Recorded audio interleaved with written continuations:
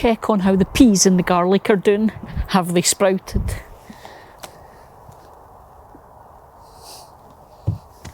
And the simple answer to that is no, of course not. Not in a week in this temperature. But everything in the greenhouse should have sprouted, right? Nope, still nothing sprouted, which is not entirely surprising though, because it is quite cold at the minute. So let's talk about that. And it'll give me a chance to talk to you about this kind of stuff, because, you know, I've got a few wee gadgets here and there that might help. So here's the thing, over the last few months, so I think I started it basically, I think at the end of August, I started talking every week about the things I was sowing and giving you little thoughts on what you need to think about. The main thing being that anything that is going to be grown from August onwards needs to be hardy, which means it needs to be able to stand up to the cold temperatures, because, you know, September it's getting cooler, October it's properly getting cold. I mean, we had a frost this week, that's how cold it is here now. But once you get into November and onwards, those little plants really need to be able to stand up to the cold and the frosts. So that's why I was recommending things like autumn king carrots, winter lettuces, the Chinese greens, that kind of thing. They will all do great in the cold temperatures in your greenhouse, even an unheated greenhouse. I'll chat, while I'm doing this, I'll chat. I've got a couple of things I'm going to sow, and I'm going to say thank you to Jessie from Plot 37 for her recommendations. So I'm going to be sowing some dragon's tongue mustard and some green wave mustard. And these were recommended in Jessie's video this week. So again, I'll put a link to her video down below, because she does a lot talking about what she's sown and grown. So we're going to go these. So over winter, it's quite a lot for us of kind of cut and come again type things, so salad type things, hence the mizuna and the mustards, cresses, that kind of thing. Now, make sure you remind me to put a label in this, don't let me forget. But since I'm sowing seeds, it is a fantastic opportunity to talk to you about the next thing, because we spoke about the temperature and how we want our plants to be hardy, so that when they're grown, they keep going even when it's cold and they don't just get damaged and shrivel up and die. But the next part of that is very much about the seeds and the temperature. Now let me put a label in this and I'll tell you why. Wrong ones. So the reason I'm saying this is very relevant to your seeds is because this is the next part. We're now October going into November. So it is much, much colder, and it's going to get colder again. So we're now thinking about anything we're wanting to sow that hasn't already sprouted. Okay, so we still want things that are hardy, otherwise once they sprout, they won't survive. But we now need to think about what temperature does that soil need to be for those little seeds to grow. Because this is the thing. It's fine saying that it's under cover, it's protected from frost and things are hardy, but you need those seeds to actually sprout. And when it's really cold, they may not, okay? Now, you guys know I'm a great exponent of just chuck it in the ground and see what happens. It's the best way to learn. And sometimes you're surprised, but I do know that when it gets really cold, you're much less likely to get your seeds to actually germinate. So we're going to talk about what I do. And there's a few things I do. And that's where these come in. So, in my greenhouse, it is under cover, it's protected. But I also use things like this, okay? This is a propagator. Now, these get used very, very heavily in spring when we're doing a lot of the sowing and growing. Not so much at this time of year. But the idea of a propagator is, and people sometimes say, it's a mini greenhouse because it's under cover again. So when I've got them in here, they're in the big greenhouse and they've got their own little mini greenhouses, which is awesome. So it's like, I talk about it as being double bagged. And I did a whole thing on this a couple of years ago. And again, I'll put the link in the description if you want to go back and see it more in depth.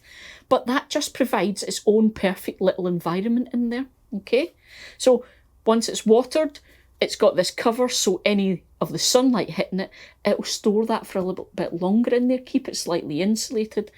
Also, because it's covered, the water won't evaporate away as quickly, so it keeps it in a nice moist environment, which is what the seeds need. Okay, so what you can do with this then is just shove it somewhere sunny. So in here, I put it up on the shelves, or you can even, if you don't have a greenhouse or you're a bit worried about growing in there, put it on the windowsill in the house, let the sun get to it that way. Okay, now that's fabby, and I have lots of these things. I've got these huge ones as well, look. So, I've got this one, which I've just knocked, and it's all come apart. It's exactly the same idea. The only difference with this one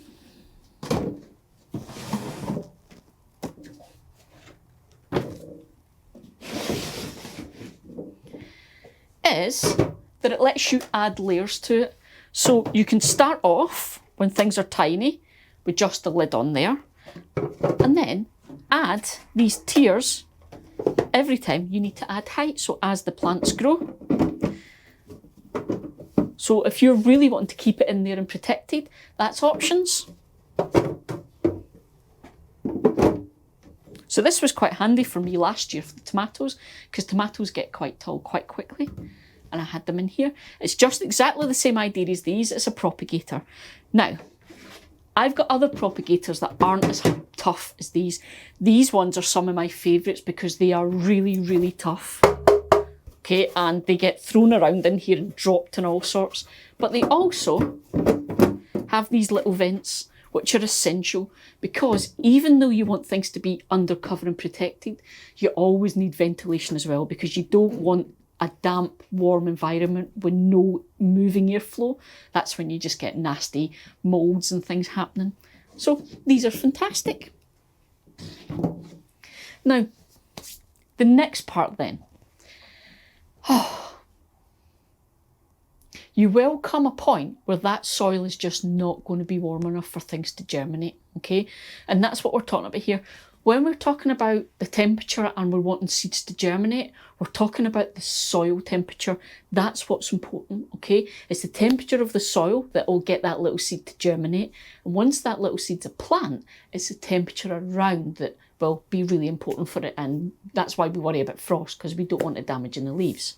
So, if we're now at the point, say end of November, where even in this greenhouse, the soil I've got in here is too cold to germinate seeds. And I usually find it's when you're kind of hitting 10 degrees Celsius and lower that happens. That is when you've got two options to think about.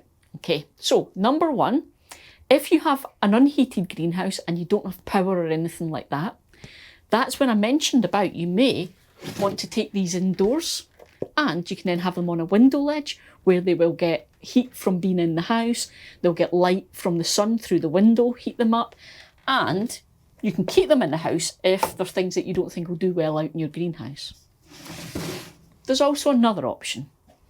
If you have power available in your greenhouse, you've got the option to do this. Now, I've shown you guys this before. This is what's called a heat mat, okay? And basically, you plug it into electricity, which is why you either need to do this in the house or if you have power in your greenhouse. I did this last year. I grew all my peppers and tomatoes in January in the house. And what I did was I just had propagators on my heat mat. So that then heated from the bottom and heated up the soil, which meant the seeds could germinate. I also, when I was doing this in the house, I had some grow lights because I grew everything in the house because it was tomatoes and peppers, obviously. And I had grow lamps in there, which were just Sansi bulbs that I put into one of my desk lamps, screw-in bulb. And again, there's a link in the description of all my videos that takes you to our gear page where I have all the details, all the stuff I have if you want to have a look. But that meant when there were plants, because they were indoors, and I don't have a very sunny windowsill, it meant I could make sure they were getting the light they needed. Okay, so I can do this then. I can have my heat mat in here plugged in, and I can have as many propagators as I want on there, all heating up that soil. And you guys saw when I did the video about overwintering the pepper plants, I was saying that I can put them on a heat mat. So just like this. Now there's one thing I will say though, you don't want to waste any of the heat that's going to come out of the bottom. So what I normally do is put this on a piece of polystyrene or a piece of cardboard or whatever as an insulation on the bottom. Okay? So that is quite a cheap and effective way to make sure your soil's warm enough for your seeds to germinate when we're getting into proper winter temperatures. I think I was £20 for that heat mat, so that's not bad. Okay. Now I'm going to introduce you to something we are calling the beast. And it is exactly this system, but souped up to much bigger. The beast. As you can see, this is a rather large electric propagator. So it's basically the same as the propagators I showed you earlier, but instead of having to sit it on a heat mat, it is a heat mat built into the base of this propagator. It is almost the same size as the stage units that back here. It's quite big, so it will hold a lot. Again, it is super sturdy, and this base is really, really sturdy, and it's watertight. So obviously you can't immerse it, but you can water plants or put wet seed trays in here. But that base has an element in it that makes sure that that base is warmed so that the soil can be warmed, and it's across the whole element, so it gives it that nice even temperature. This in turn then lets me put lots of seed trays or even other propagators, the little ones, in here if I want to control different environments and things. And that helps me, especially during spring when I do a lot of sowing, helps me to get the soil up to that temperature so that it can germinate. Now, just like the one I showed you earlier on, this one is, I'll talk to you about this in a second, made of this heavy duty plastic, and it comes with these tiers. So at the minute, it's got one tier on there, but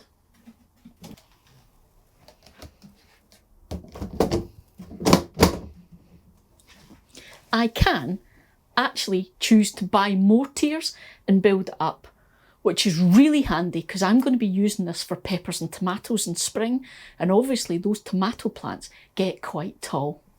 And same as before,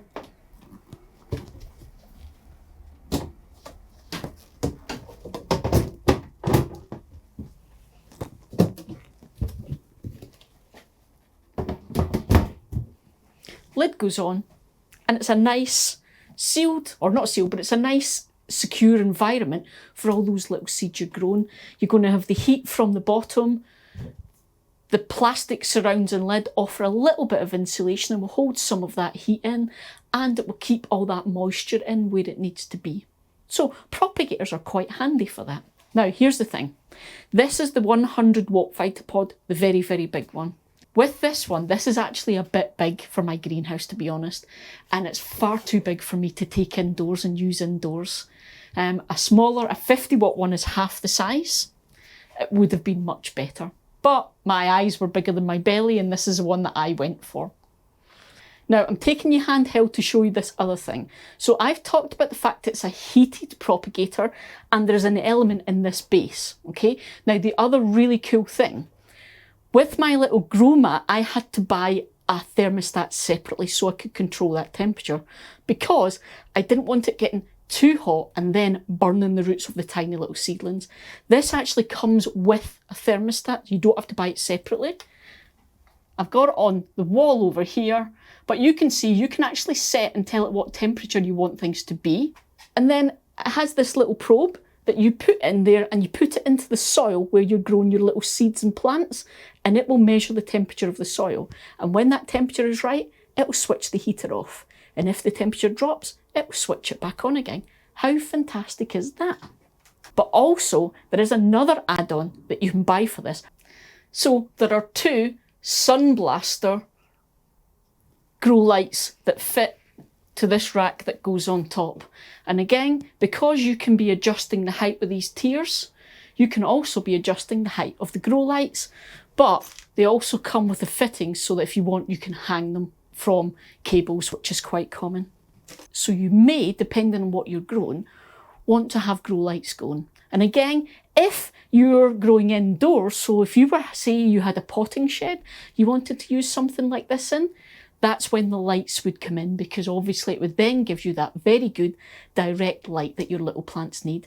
And I found this year I started my tomatoes and my peppers in January indoors with a heat mat under grow lights, and as you guys know, I have had the best year ever for my tomatoes and my peppers. It's been stunning. Okay everyone, thank you so much for joining us again this week. It is always a pleasure, and I will see you again very shortly. See you guys!